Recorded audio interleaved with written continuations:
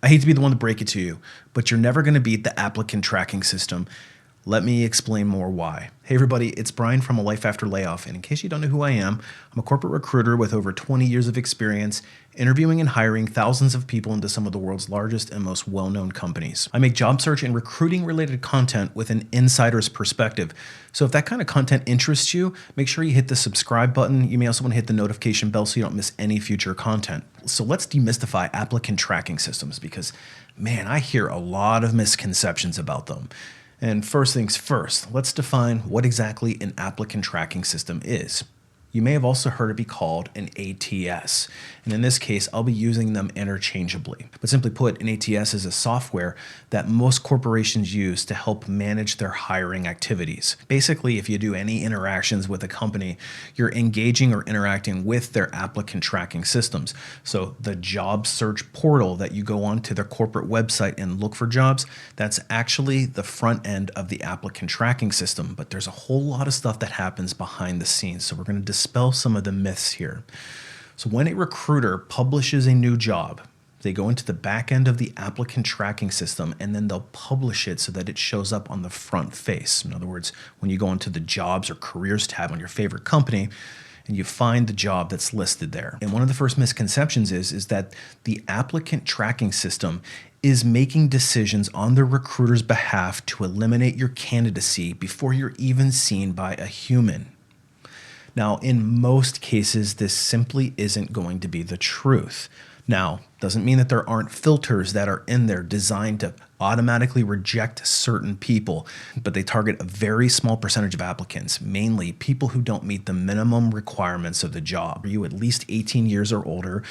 Or do you have any felonies that would prohibit you from working there? Or are you legally able to work in the country with or without sponsorship? And this is usually the only place where you would be filtered out automatically without a human actually seeing your resume. Now, it's important to note there are some other filters, though, that can be set up, but it is not the applicant tracking system that is making these decisions on the recruiter's behalf.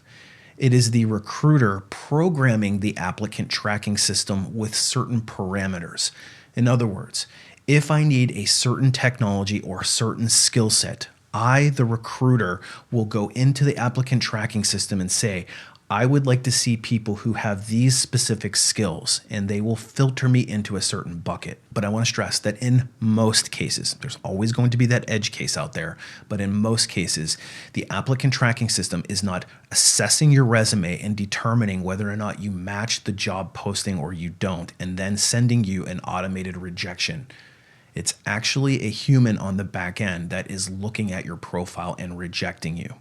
Now, I know that there are some people out there saying, that's not true because I applied to this job and within seconds I got a rejection letter. And the reality is, yeah, sure, there is a one-off chance that some applicant tracking system is using some AI bot that is automatically filtering and rejecting you.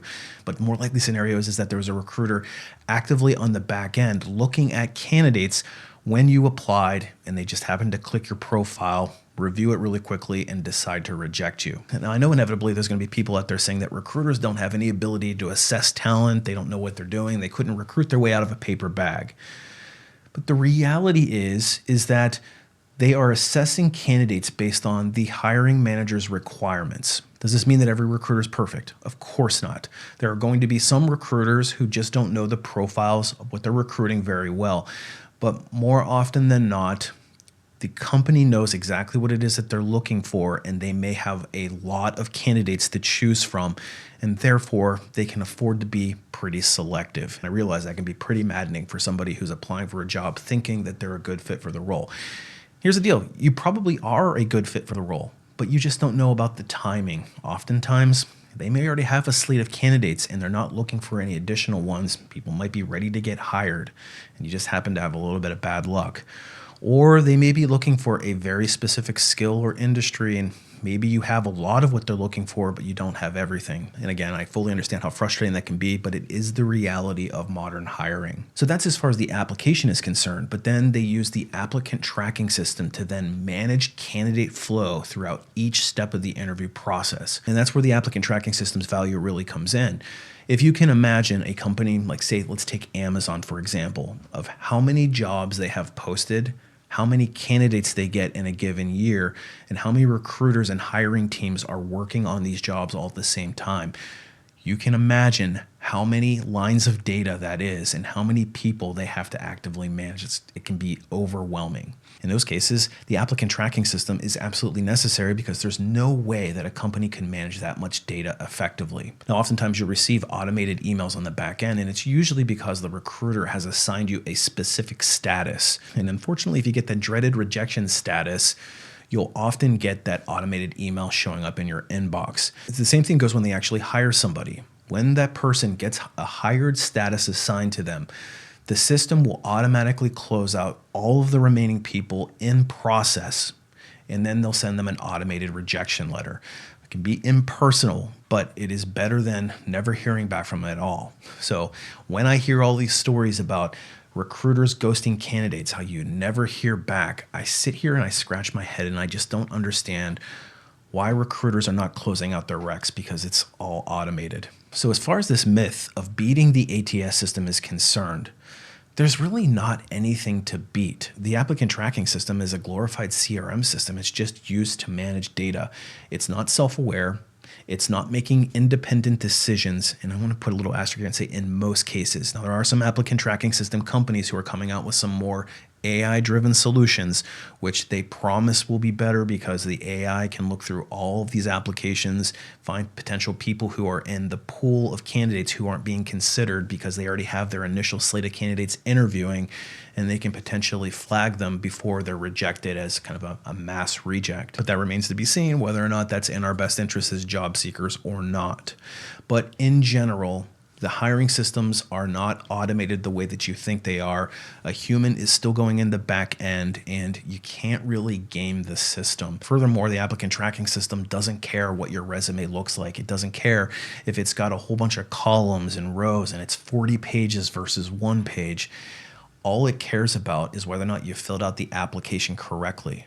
But who does care about that stuff is potentially the recruiter, because you want to try to convey your fit as clearly and concisely as you can, because you really only have a very short amount of time to capture their attention. And so that's where writing a targeted resume that's very closely aligned to the job and very easy for the hiring teams to read is of utmost importance. But simply put, don't overly obsess about applicant tracking system friendly resumes, because they really don't exist. Anyway, if you're somebody that struggles with your resume and trying to convey a clear fit in a concise manner that's recruiter approved, then check out Resume Rocketfuel. Of course, this is designed to teach you exactly how to write a resume with a recruiter's eye in mind.